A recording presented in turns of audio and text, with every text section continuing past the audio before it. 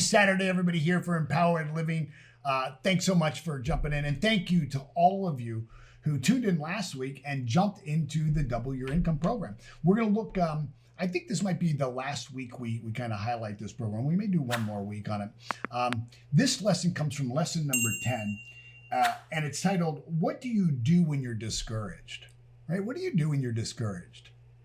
That happens a lot in the process of us, kind of seeking to bring about our dream, right? We get discouraged. And sometimes, we get discouraged even if we're not failing. We could be having everything go right and we're just wore out. We're exhausted. We get tired. We suffer from maybe, a drop in our motivation. What do we do when we're discouraged? So we're going to play this quick 4-minute clip, and I'll see you on the other side. Hello and welcome back once again to Double Your Income. After these last several sessions, and these have been pretty deep sessions, I have to admit, you and I have been walking through a number of different concepts and ideas that you need to consider and embrace in order for you to double your income. For example, ask yourself, is it possible that I can do this, right? Do I really believe that I can double my income? Whose voices am I going to allow to influence my thinking? What practical actions can I take right now, today, to engage in the process of doubling my income? Do you have any competing commitments or attachments that might be holding you back? Would you do business with you if you were an outsider kind of looking in at your own income generating initiatives? Can you effectively articulate your value? What do you do when it feels like nothing's working? And how do you fortify your faith in the idea that you can double your income? It can be easy to see all the questions and all the things to think about and work on and think to yourself, I can never really do all this, because there's a lot of it, isn't there? There's so much to absorb and there's so much to take into account. And look, and actually put it all into action. Your dream is going to ask a lot of you, but isn't it worth it? Don't you really want to double your income? Don't you want your life to be the way you've always dreamed for it to be? Isn't it worth it to do this? Isn't it worth the effort? Yeah, it's going to take time, but you know what? Time is going to pass anyways. That's a given. The time is going to pass away anyway.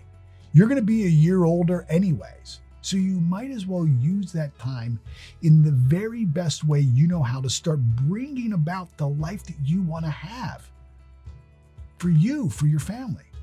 So how do you keep this thought, this idea and goal of doubling your income at the forefront of your mind long enough to bring it about, long enough to manifest that outward expression of your completeness?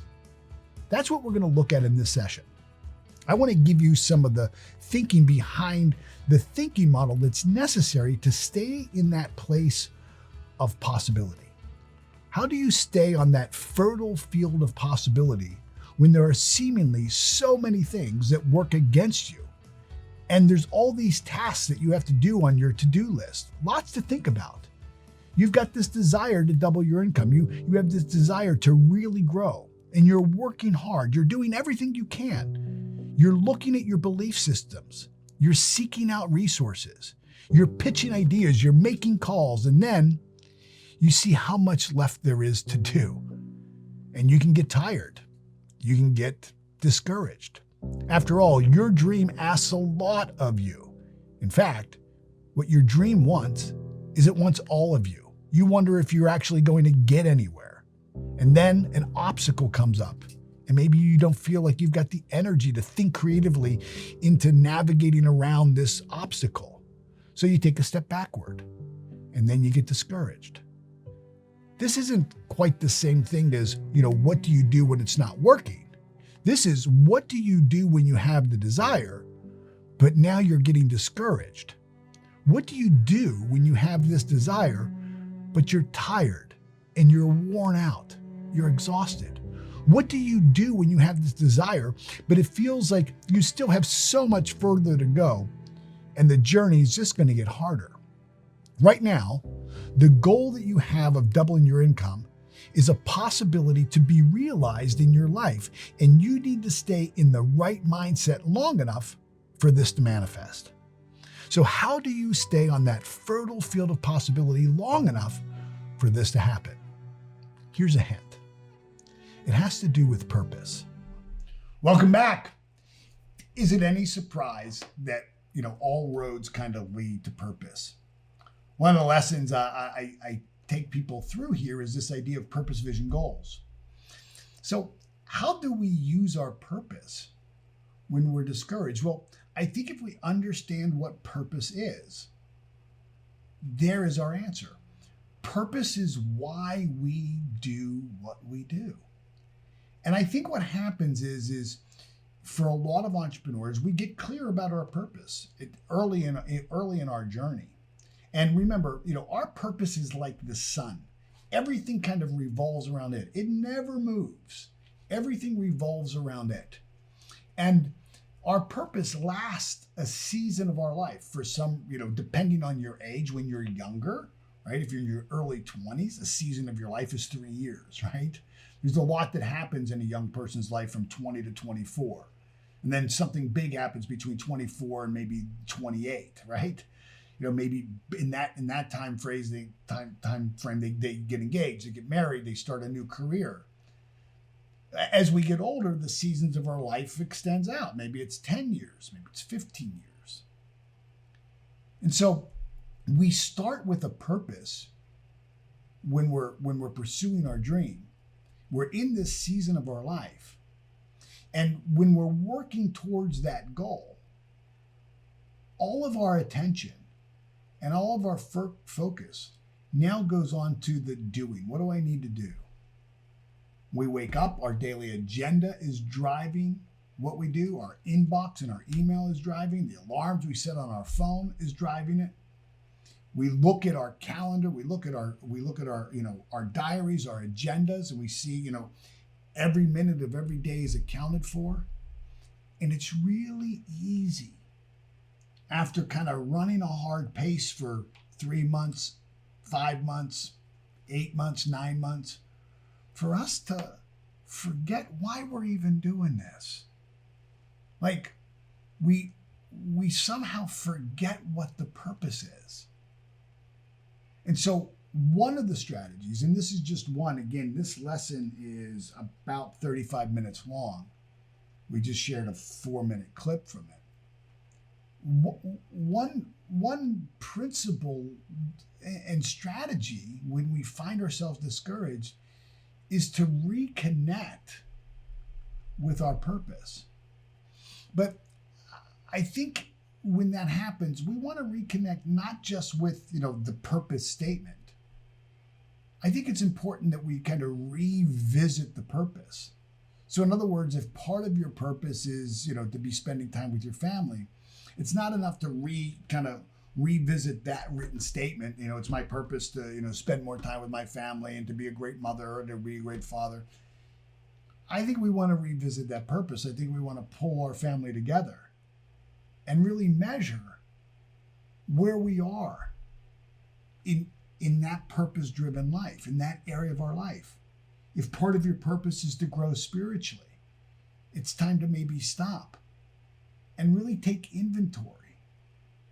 Where am I in my purpose? See, it's great that you can double your income, but what good is it to double your income if you're not living your purpose with your family?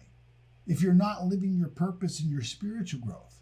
If you're not living your purpose in the health of your body temple? What good is it to double your income, but 3 years later, you end up in the hospital sick because you didn't take care of yourself? What good is it for you to double your income, but you're estranged from your family? What good is it for you to double your income, but you've lost your way spiritually? See, creating the material wealth is just one form of wealth. We want to be wealthy in every area of our life. And so we want you to have a purpose for your spiritual development, a purpose for your primary love relationships, a purpose for your personal and professional development, a purpose for the health of your body temple, a purpose certainly for your expression of freedom, that's time and money in your life. And each of these individual purposes collectively form a purpose statement. And whenever we feel discouraged, even when we're winning, and it's very possible that you could be discouraged. Some of my lowest points is when my checkbook was at its highest balance. And you hear successful, wealthy people say this all the time, that you'll be seeing an interview with somebody and they'll say, I had all the trappings of success and yet I felt unfulfilled. Look at the life of Robin Williams. Look at the life of Robin Williams. Seemingly he had everything, and yet he was so troubled. He was in such despair that he took his own life. If you study the book Think and Grow Rich and you read the names at the front of the book, and then you study some of the lives of those people, it's a sad story. Yes, they created wealth.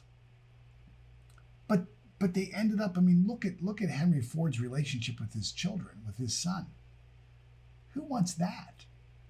Who wants to build, a financial empire, right? An industrial empire, and lose your children? Not a way to live. Purpose is why you do what you do, and the filter through which you make every single one of your decisions. So I just wanted to highlight this today because it would be easy for someone to think, well, this is a course about money. Money is an outcome. Money is an outcome. Money is the fruit, but not the root. It's not the root. This is really a program about you living your purpose, you living your potential. I hope you'll take a look at the program. Click on the link below and learn more about it. Thank you so much for tuning in and being part of the Empower Living community. God bless. Be well.